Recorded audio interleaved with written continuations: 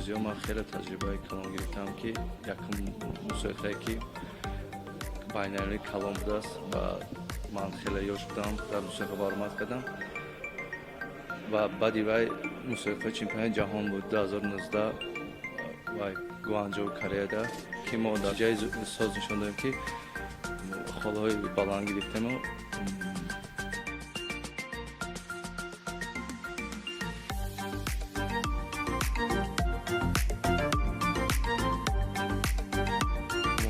خیلی خوب است در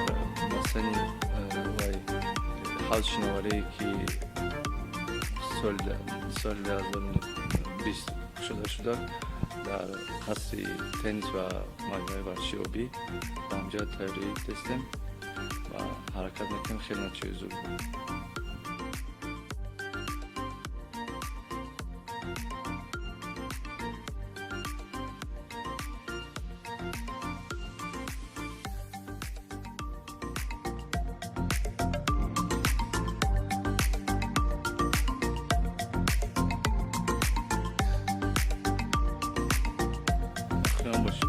همون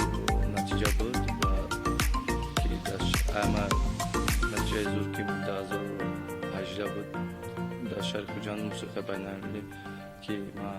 24 و 89 اما نتیجه بلند و اشتراک کردم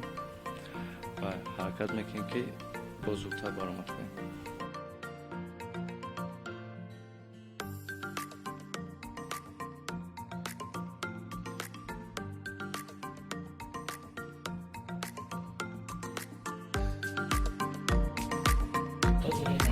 نیت داریم که